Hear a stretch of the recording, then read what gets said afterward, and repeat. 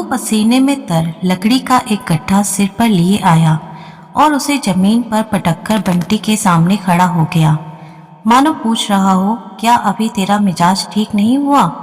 संध्या हो गई थी, फिर भी लू चलती थी और आकाश पर गर्द छाई हुई थी। प्रकृति रक्त शून्य देह की भांति शिथिल हो रही थी। भोंदू प्रातःकाल घर से निकला था। दोपहरी उसने एक पेड़ की छांव में काटी थी। समझा था इस तपस्या से देवी जी का मुंह सीधा हो जाएगा, लेकिन आकर देखा तो वह अभी कोप भवन में थी। भोंदू ने बातचीत छेड़ने के इरादे से कहा, लो एक लोटा पानी दे दो, बड़ी प्यास लगी है। मगर मर गया सारे दिन। बाजार में जाऊंगा तो 3 आने से बेसी न मिलेंगे। 2-4 सैकड़े मिल जाते तो मेहनत सफल हो जाती। बंटी ने सिरकी के अंदर बैठे बैठे कहा, धर्म भी लूटोगे और पैसे भी, मुंह धो रखो। भोंदू ने भवे सिकोड़कर कहा, क्या धर्म धर्म भक्ति है? धर्म करना हंसी खेल नहीं है। धर्म वह करता है जिसे भगवान ने माना हो। हम क्या खाकर धर्म करें? भर पेट चबेना तो मिलता नहीं, धर्म करेंगे।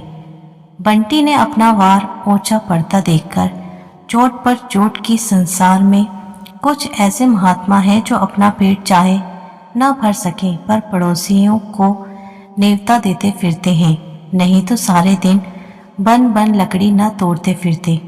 ऐसे धर्मात्मा लोगों को मेहरिया रखने की क्यों सोचती है, यही मेरी समझ में नहीं आता। धर्म की गाड़ी क्या अकेले नहीं खींचते बनती? भोंदू इस चोट से तिलमिला गया। उसकी चिरहतार नसें तन गई, माथे पर बल पड़ गए। इस अबला का मुंह वह एक टपट में बंद कर सकता था, पर डांट टपट उसने न सीखी थी, जिसके पराक्रम की सारी जकड़ों में धूम थी। जो अकेला 150 जवानों का नशा उतार सकता था, वह इस अबला के सामने चू तक न कर सका। दबी जवान से बोला, महरिया, धर्म बेचने के लिए नहीं लाई जाती, धर्म पालने के लिए लाई जाती है। यह कंजर दंपत्ति आज 3 दिन से और कई कंजर परिवारों के साथ इस बाग में उतरा हुआ था। सारे बाग में सिरकियां ही सिरकियां दिखाई देती थीं। उसी 3 हाथ चौड़ी और 4 हाथ लंबी सिरकी के अंदर एक एक पूरा परिवार जीवन के समस्त व्यापारों के साथ कल्पवास सा कर रहा था। एक किनारे चक्की थी, एक किनारे रसोई का स्थान, एक किनारे 2 एक अनाज के मटके। द्वार पर एक छोटी सी कटोली बालकों की पड़ी थी। हर एक परिवार के साथ 2-2 भैंसें या गधे थे। जब डेरा कूच होता था तो सारे गृहस्थी इन जानवरों पर लाद दी जाती थी। यही इन कंजरों का जीवन था। सारी बस्ती एक साथ चलती थी। आपस में ही शादी ब्याह, लेन देन, झगड़े टंटे होते रहते थे। इस दुनिया के बाहर वाला अखिल संसार उनके लिए केवल शिकार का मैदान था। उनके किसी इलाके में पहुंचते ही वहां की पुलिस तुरंत आकर अपनी निगरानी में ले लेती थी। पड़ाव के चारों तरफ चौकीदार का पहरा हो जाता था। स्त्री या पुरुष किसी गांव में जाते तो 2-4 चौकीदार उनके साथ हो लेते थे। रात को भी उनकी हाजिरी ली जाती थी। फिर भी आसपास के गांव में आतंक छाया हुआ था, क्योंकि कंजर लोग बहुधा घरों में घुसकर जो चीज़ें चाहते उठा लेते और उनके हाथ में जाकर कोई चीज़ लौट न सकती थी। रात में लोग अक्सर चोरी करने निकल जाते थे। चौकीदारों को उनसे मिले रहने में ही अपनी कुशल दिखती थी। कुछ हाथ भी लगता था और जान भी बची रहती थी। सख्ती करने में प्राणों का भी भय था। कुछ मिलने का तो जिक्र ही क्या, क्योंकि कंजर लोग एक सीमा के बाहर किसी का दबाव न मानते थे। बस्ती में अकेला भोंदू अपनी मेहनत की कमाई खाता था, मगर इसलिए नहीं कि वह पुलिस वालों की खुशामद न कर सकता था। उसकी स्वतंत्र आत्मा अपने बाहुबल से प्राप्त किसी वस्तु का हिस्सा देना स्वीकार न करती थी, इसलिए वह यह नौबत आने ही न देती थी। बंटी को पति की यह आचार निष्ठा एक आंख न भाती थी। उसकी और बहनें नई नई साड़ियाँ और नए नए आभूषण पहनती। इस विषय पर दोनों में कितने ही संग्राम हो चुके थे, लेकिन भोंदू अपना परलोक बिगाड़ने पर राजी न होता था। आज भी प्रातःकाल यही समस्या आ खड़ी हुई थी। और भोंदू लकड़ी काटने जंगलों में निकल गया था। सैकड़े मिल जाते तो आंसू पूछते, पर आज सैकड़े भी न मिले। बंटी ने कहा, जिनसे कुछ नहीं हो सकता वही धर्मात्मा बन जाते हैं। भोंदू ने एक क्षण विचार मग्न रहकर कहा, जानती है, पकड़ जाऊंगा तो 3 साल से कम की सजा न होगी। बंटी विचलित न हुई, बोली, जब और लोग नहीं पकड़े जाते तो तुम भी कैसे पकड़े जाओगे? और लोग पुलिस को मिला लेते हैं, थानेदार के पांव सहलाते हैं, चौकीदार की खुमारियत करते हैं। तू चाहती है मैं औरों की तरह सबकी चोरी करता फिरूं? बंटी ने अपना हट न छोड़ा। मैं तुम्हारे साथ सती होने नहीं आई थी। फिर तुम्हारे छुरे गंडासे को कोई कहाँ तक डरे? जानवर को भी जब घास फूस नहीं मिलता तो पगार तुड़ाकर किसी खेत में पेट जाता है। मैं तो आदमी हूँ। भोंदू ने इसका कुछ जवाब न दिया। उसकी स्त्री कोई दूसरा घर कर ले यह कल्पना उसके लिए अपमान से भरी थी। आज बंटी ने पहली बार यह धमकी दी। अब तक भोंदू इस तरफ से निश्चिंत था। अब यह नई संभावना उसके सम्मुख उपस्थित हुई। उस दुर्दिन को वह अपना काबू चलते अपने पास न आने देगा। आज भोंदू की दृष्टि में वह इज्जत नहीं रही, वह भरोसा नहीं रहा। मजबूत दीवार को टिकोने की जरूरत नहीं। जब दीवार हिलने लगती है तब हमें उसको संभालने की चिंता होती है। आज भोंदू को अपनी दीवार हिलती हुई मालूम होती थी। आज तक बंटी अपनी थी। वह जितना अपनी ओर से निश्चिंत था उतना ही उसकी ओर से भी था। वह जिस तरह खुद रहता था उसी तरह उसको भी रखता था। जो खुद खाता था वही उसको खिलाता था। उसके लिए कोई विशेष फिक्र नहीं थी, पर आज उसे मालूम हुआ कि वह अपनी नहीं है। अब उसका विशेष रूप से सत्कार करना होगा, विशेष रूप से दिलजोई करनी होगी। सूर्यास्त हो रहा था। उसने देखा उसका गधा चलकर चुपचाप सिर झुकाए चला आ रहा है। भोंदू ने कभी उसकी खाने पीने की चिंता न की थी, क्योंकि गधा किसी और को अपना स्वामी बनाने की धमकी नहीं दे सकता था। भोंदू ने बाहर आकर गधे को पुचकारा, उसकी पीठ सहलाई और तुरंत उसे पानी पिलाने के लिए डोल और रस्सी लेकर चल दिया। इसके दूसरे ही दिन कस्बे में एक धनी ठाकुर के घर चोरी हो गई। उस रात को भोंदू अपने डेरे पर न था। बंटी ने चौकीदार से कहा, वह जंगल से नहीं लौटा। प्रातःकाल भोंदू आ पहुंचा। उसकी कमर में रुपयों की थैली थी, कुछ सोने के गहने भी थे। बंटी ने तुरंत गहनों को ले जाकर एक वृक्ष की जड़ में काट दिया। रुपयों की क्या पहचान हो सकती थी? भोंदू ने पूछा। अगर कोई पूछे इतने सारे रुपए कहाँ मिले तो क्या कहोगी? बंटी ने आंखें नचाकर कहा, कह दूंगी। क्यों बताऊं? दुनिया कमाती है तो किसी को हिसाब देने जाती है। हम भी क्यों अपना हिसाब दें? भोंदू ने संदिग्ध भाव से गर्दन हिलाकर कहा, यह कहने से गला न छूटेगा। बंटी, तू कह देना मैं 3-4 मास से 2-4 रुपए महीना जमा करती आई हूँ। हमारा खर्च ही कौन बड़ा लंबा है। दोनों ने मिलकर बहुत से जवाब सोच निकाले। जड़ी बूटियाँ बेचते हैं, एक एक जड़ी के लिए मुट्ठी मुट्ठी भर रुपए मिल जाते हैं। खस, सैकड़े जानवरों की खाले, नख और चर्बी सभी बेचते हैं। इस ओर से निश्चिंत होकर दोनों बाजार चले। बंटी ने अपने लिए तरह तरह के कपड़े, चूड़ियाँ, टिकोलियाँ, बूंदे, सिंदूर, पान, तम्बाकू, तेल और मिठाई ली। फिर दोनों जने शराब की दुकान गए, खूब शराब पी।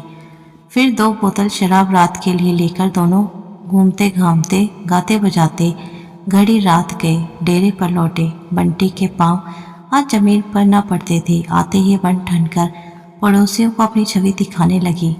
जब वह लौटकर अपने घर आई और भोजन पकाने लगी तब पड़ोसियों ने टिप्पणियां शुरू करनी कर दी। कहीं गहरा हाथ मारा है, बड़ा धर्मात्मा बना फिरता था, बंगला भगत है। बंटी तो आज जैसे हवा में उड़ रही थी। आज भोंदुआ की कितनी खातिर हो रही है, नहीं तो कभी एक लुटिया पानी देने भी न उठती थी। रात को भोंदू को देवी की याद आई। आज तक उसने कभी देवी की वेदी पर बकरी का बलिदान न किया था। पुलिस को मिलाने में ज़्यादा खर्च था, कुछ आत्मसम्मान भी खोना पड़ता। देवी जी केवल एक बकरे में राजी हो जाती है। हाँ, उससे एक गलती ज़रूर हुई थी। उसकी बिरादरी के और लोग साधारणतया कार्य सिद्धि के पहले ही बलिदान दिया करते थे। भोंदू ने यह खतरा न लिया। जब तक माल हाथ न आ जाए उसके भरोसे पर देवी देवताओं को खिलाना उसकी व्यावसायिक बुद्धि को न जचा। और उसे अपने कृत्य को गुप्त रखना भी चाहता था, इसलिए किसी को सूचना भी न दी। यहाँ तक कि बंटी से भी नहीं कहा। बंटी तो भोजन बना रही थी। वह बकरी की तलाश में घर से निकल पड़ा। बंटी ने पूछा, अब भोजन करने की जोन कहाँ चले गए? अभी आता हूँ। मत जाओ, मुझे डर लगता है। बोंदू स्नेह से नवीन प्रकाश से खिलकर बोला, मुझे देर न लगेगी, तू ना डर। तू ना यह गंडासा अपने पास रख ले। उसने गंडासा निकालकर मंडी के पास रख दिया और निकला। बकरे की समस्या बेढप थी। रात को बकरा कहाँ से लाता? इस समस्या को भी उसने एक नए ढंग से हल किया। पास की बस्ती में एक गठरी के पास कई बकरे पले थे। उसने सोचा वहीं से एक बकरा उठा लाऊं। देवी जी को अपने बलिदान से मतलब है या इससे कि बकरा कैसे आया और कहाँ से आया। मगर बस्ती के समीप पहुंचा ही था कि पुलिस के 4 चौकीदारों ने उसे गिरफ्तार कर लिया और मुश्के बांधकर थाने ले चले। बंटी भोजन पकाकर अपने नवार श्रृंगार करने लगी। आज उसे अपना जीवन सफल जान पड़ता था। आनंद से खिली जाती थी। आज जीवन में पहली बार उसके सिर में सुगंधित तेल पड़ा। आईना उसके पास एक पुराना अंदाजा पड़ा हुआ था। आज वह आईना नया लेकर आई थी। उसके सामने बैठकर उसने अपने केश संवारे, मुंह पर उपटन मला। साबुन लाना भूल गई थी। साहब लोग साबुन लगाने से ही तो इतने गोरे हो जाते हैं। साबुन होता तो उसका रंग तो कुछ निखर जाता। कल वह अवश्य साबुन की कई बटियां लेकर आएगी और रोज लगाएगी। केश गूंथकर उसने माथे पर अलसी का लुआब लगाया जिससे बाल न बिखरने पाए। फिर पान लगाए। चूना ज्यादा हो गया था। गलफड़ों में छाले पड़ गए, लेकिन उसे समझा शायद पान खाने का यही मजा है। आखिर कड़वी मिर्च भी तो लोग मजे में ही खाते हैं। गुलाबी साड़ी पहन और फूलों का गजरा गले में डालकर उसने आईने में अपनी सूरत देखी तो उसके आबनूसी रंग पर लाली दौड़ गई। आप ही आप लज्जा से उसकी आंखें झुक गई। दरिद्रता की आग से नारित्व भी भस्म हो जाता है। नारित्व की लज्जा का क्या जिक्र। मेले कुचेले कपड़े पहनकर लजाना ऐसा ही है जैसे कोई चबेने में सुगंध लगाकर खाए। इस तरह सजकर बंटी भोंदू की राह देखने लगी। जब अब वह नहीं आया तो उसका जी झुलझाने लगा। रोज तो सांझ से ही द्वार पर पड़े रहते थे। आज न जाने कहाँ जाकर बैठ गए। शिकारी अपनी बंदूक भर लेने के बाद इसके सिवा और क्या चाहता है कि शिकार सामने आए। बंटी के सूखे हृदय में आज पानी पड़ते ही उसका नारित्व अंकुरित हो गया। झुंझलाहट के साथ उसे चिंता भी होने लगी। उसने बाहर निकलकर कई बार पुकारा। उसे कई बार भान हुआ कि भोंदू आ रहा है। वह हर बार सिरकी के अंदर दौड़ आई और आईने में सूरत देखी कि कुछ बिगड़ तो नहीं गया। ऐसी धड़कन, ऐसी उलझन उसकी अनुभूति से बाहर थी। बंटी सारी रात भोंदू के इंतजार में उद्विग्न रही। जो रात बीतती थी उसकी शंका तीव्र हो जाती थी। आज ही उसके वास्तविक जीवन का आरंभ हुआ था और आज ही यह हाल। प्रातःकाल उठी तो अभी कुछ अंधेरा था। इस रत जगह से उसका चित्त खिन्न और सारी देह अलसाई हुई थी। रह रहकर भीतर से एक लहर भी उठती थी। आंखें भर भर आती थी। सहसा किसी ने कहा, अरे बंटी, भोंदू रात पकड़ा गया। बंटी थाने पहुंची तो पसीने में तर थी और दम फूल रहा था। उसे भोंदू पर दया न थी, क्रोध आ रहा था। सारा जमाना यही काम करता है और चैन की बंसी बजाता है। उन्होंने कहते कहते हाथ भी लगाया तो चूक गए। नहीं सहूर था तो साफ कह देते, मुझसे ये काम न होगा। मैं यह थोड़े ही कहती थी कि आग में फांद पड़ो। उसे देखते ही थानेदार ने धोस जमाई। यही तो है भोंदुआ की औरत, इसे भी पकड़ लो। बंटी ने हेकड़ी जताई। हाँ हाँ पकड़ लो, यहाँ किसी से नहीं डरते। जब कोई काम ही नहीं करते तो डर क्यों। अफसर और मातहत सभी की निरुत्तर आंखें बंटी की ओर उठने लगी।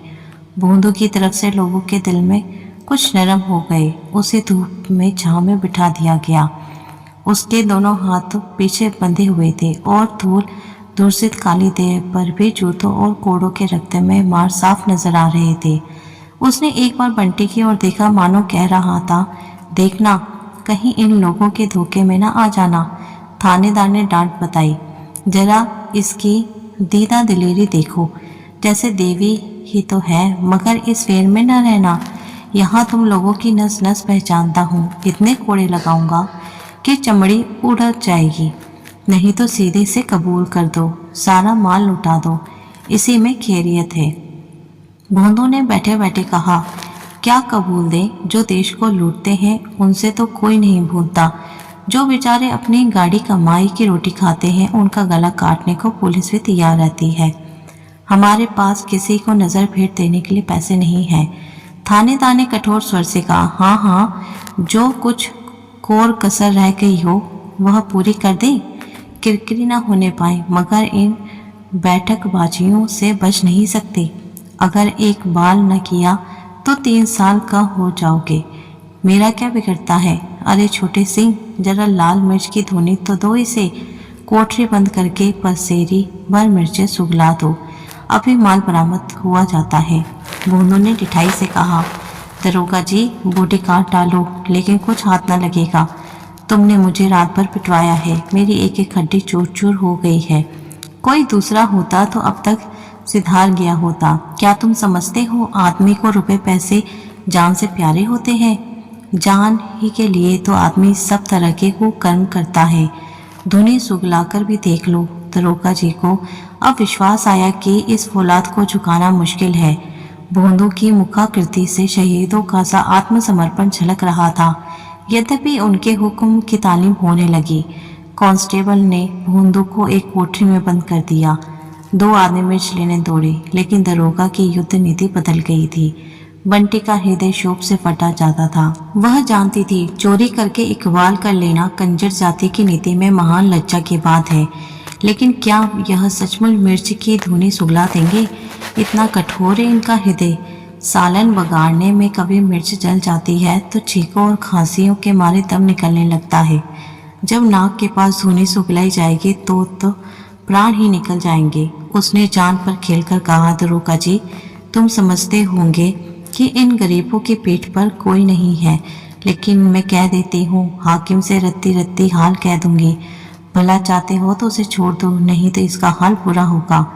थानेदार ने मुस्कुराकर कहा, तुझे क्या, वह मर जाएगा, किसी और के नीचे बैठ जाना। जो कुछ जमा जत्था लाया होगा वह तो तेरे ही हाथ में होगी। क्यों नहीं इकबाल करके उसे छुड़ा लेती? मैं वादा करता हूँ मुकदमा न चलाऊंगा, सब माल लुटा दे। तूने ही उसे मंत्र दिया होगा गुलाबी साड़ी, पान और खुशबूदार तेल के लिए। उसकी इतनी सांसत हो रही है और तू खड़ी देख रही है। शायद बंटी की अंतरात्मा को यह विश्वास न था कि ये लोग इतनी अमानुषी अत्याचार कर सकते हैं, लेकिन जब सचमुच धुनी सुलगा दी गई, मिर्च की तीखी जहरीली झार फैली, भोंदू के खांसने की आवाजें कानों में आई, तो उसकी आत्मा कातिर हो उठी। उसका वह दुस्साहस झूठे रंग की भांति उड़ गया। उसने दरोगा जी के पांव पकड़ लिए और दीन भाव से बोली, मालिक, मुझ पर दया करो, मैं सब कुछ दे दूंगी। धोनी उसी वक्त हटा ली गई। भोंदू ने सशंक होकर पूछा, धोनी क्यों हटाते हो? एक चौकीदार ने कहा, तेरी औरत ने इकबाल कर लिया। भोंदू की नाक, आंख, मुंह से पानी जारी था। सिर चक्कर खा रहा था। गले की आवाज बंद सी हो गई थी, पर वह वाक्य सुनते ही वह सचेत हो गया। उसकी दोनों मुट्ठियां बंध गई। बोला, क्या कहा? कहा क्या? चोरी खुल गई। दरोगा जी माल बरामद करने गए हुए हैं। पहले ही इकबाल कर लिया होता तो इतनी साकत न होती। भोंदू ने गरज कर कहा, वह झूठ बोलती है। वहाँ माल बरामद हो गया, तुम अभी अपनी ही गा रहे हो। परंपरा की मर्यादा को अपने हाथों भंग होने की लज्जा से भोंदू का मस्तक झुक गया। इस घोर अपमान के बाद अब उसे अपना जीवन, दया, घृणा और तिरस्कार, इन सभी दशाओं से निकट जान पड़ता था। वह अपने समाज में पतित हो गया था। सहसा बंटी आकर खड़ी हो गई और कुछ कहना ही चाहती थी कि भोंदू की रौद्र मुद्रा देखकर उसकी जबान बंद हो गई। उसे देखते ही भोंदू की आहत मर्यादा किसी आहत सर्प की भांति तड़प उठी। उसने बंटी को अंगारों से तपती हुई लाल आंखों से देखा उन आंखों में हिंसा की आग जल रही थी। बंटी सिर से पांव तक कांप उठी। वह उल्टे पांव वहां से भागी, किसी देवता के अग्नि बाण के समान। वे दोनों अंगारों सी आंखें उसके हृदय में चुभने लगी। थाने से निकलकर बंटी ने सोचा, अब कहाँ जाऊं। भोंदू उसके साथ होता तो वो पड़ोसियों के तिरस्कार को सह लेती। इस दशा में उसके लिए अपने घर जाना असंभव था। वे दोनों अंगारों सी आंखें उसके हृदय में चुभी जाती थी। लेकिन कल की सौभाग्य विभूतियों का मोह उसे डेरे की ओर खींचने लगा। शराब की बोतल अब भी वहीं धरी थी। फुलौड़ियों छीके पर हांडी में धारी थी। वह तीव्र लालसा जो मृत्यु को सम्मुख देखकर भी संसार के भोग्य पदार्थों की ओर मन को चलायमान कर देती है, उसे खींचकर डेरे की ओर ले चली। दोपहर हो गया था। वह पहाड़ पर पहुंची तो सन्नाटा छाया हुआ था। अभी कुछ देर पहले स्थान जीवन का क्रीड़ा क्षेत्र बना हुआ था, बिल्कुल निर्जर हो गया था। बिरादरी वालों के तिरस्कार का सबसे भयंकर रूप था। सभी ने उसे त्याज्य समझ लिया। केवल उसकी सिरकी उस निर्जनता में रोती हुई खड़ी थी। बंटी ने उसके अंदर पांव रखे तो उसके मन की कुछ वही दशा हुई जो अकेला घर देखकर किसी चोर की होती है। कौन कौन सी चीज समेटे उस कुटी में जो उसने रो रोकर 5 वर्ष काटे थे, पर आज उसे उससे ही ममता हो रही थी जो किसी माता को अपने दुर्गुणी पुत्र को देखकर होती है, जो बरसों के बाद परदेश से लौटा हो। हवा से कुछ चीजें इधर उधर हो गई थी। उसने तुरंत उन्हें संभाल कर रखा। फुलौड़ियों की हांडी छीके पर कुछ ठंडी हो रही थी। शायद उस पर बिल्ली झपटी थी। उसने जल्दी से हांडी उतार कर देखी। फुलौड़ियाँ अछूती थी। पान पर जो गीला कपड़ा लपेटा था वह सूख गया था। उसने तुरंत कपड़ा तर कर दिया। किसी के पांव की आहट पाकर उसका कलेजा थक सा हो गया। भोंदू आ रहा है। उसकी वह दोनों अंगारों सी आंखें उसके रोए खड़े हो गए। भोंदू के क्रोध का उसे 1-2 बार अनुभव हो चुका था, लेकिन उसने दिल को मजबूत किया। क्यों मारेगा? कुछ कहेगा, कुछ पूछेगा, कुछ सवाल जवाब करेगा कि यूं ही गंडासा चला देगा। उसने उसके साथ कोई बुराई नहीं की। आफत से उसकी जान बचाई। मर जात जान से प्यारी नहीं होती। भोंदू को होगी, उसे नहीं है। क्या इतनी सी बात उसके लिए उसकी जान ले लेगा? उसने सिरकी के द्वार से झांका। भोंदू न था, केवल उसका गधा चला आ रहा था। बंटी आज उस अभागे गधे को देखकर ऐसी प्रसन्न हुई मानो अपना भाई नेहर से बतासों की पोटली लिए थका मांदा चला आ रहा हो। उसने जाकर उसकी गर्दन सहलाई और उसके थूथन को अपने मुंह से लगा लिया। वह उससे फूटी आंख न भाता था, पर आज उसे कीमती आत्मीयता हो रही थी। वह दोनों अंगारे सी आंखें उसे घूर रही थी। वह सिर उठी। उसने फिर सोचा, क्या किसी तरह न छोड़ेगा? वह रोती उसके पैरों पर गिर पड़ेगी, क्या तब भी न छोड़ेगा? इन आंखों की वह कितनी सराहना किया करता था। इनमें आंसू बहते देखकर भी उसे दया न आएगी। बंटी ने चुक्कड़ में शराब उंडेलकर पी ली और छींके से फुलौड़ियाँ उतार कर खाई। जब उसे मारना ही है तो सांध क्यों रह जाए। वह दोनों अंगारों सी आंखें उसके सामने चमक रही थी। दूसरा चुक्कड़ भरा और पी गई। जहरीला ठर्रा जिसे दोपहर की गर्मी ने और भी घातक बना दिया था, देखते देखते उसके मस्तिष्क को खोलाने लगा। बोतल आधी हो गई। उसने सोचा, भोंदू कहेगा, तूने इतनी दारू क्यों पी? तू क्या कहेगी? कह देगी, हाँ पी, क्यों ना पिए। इसके लिए ही तो वह सब कुछ हुआ। वह एक बूंद भी न छोड़ेगी। जो होना है हो। भोंदू उसे मार नहीं सकता। इतना निर्दयी नहीं है, इतना कायर नहीं है। फिर उसने चुक्कड़ भरा और पी गई। 5 वर्ष के वैवाहिक जीवन की अतीत स्मृतियां उसकी आंखों के सामने खींच गई। सैकड़ों बार दोनों में गृह युद्ध हुए थे। आज बंटी को हर बार अपनी जाति मालूम हो रही थी। बेचारा जो कुछ कमाता था उसी के हाथों पर रख देता था। अपने लिए कभी 1 पैसे की तंबाकू भी न लेता था तो पैसा उसी से मांगता है।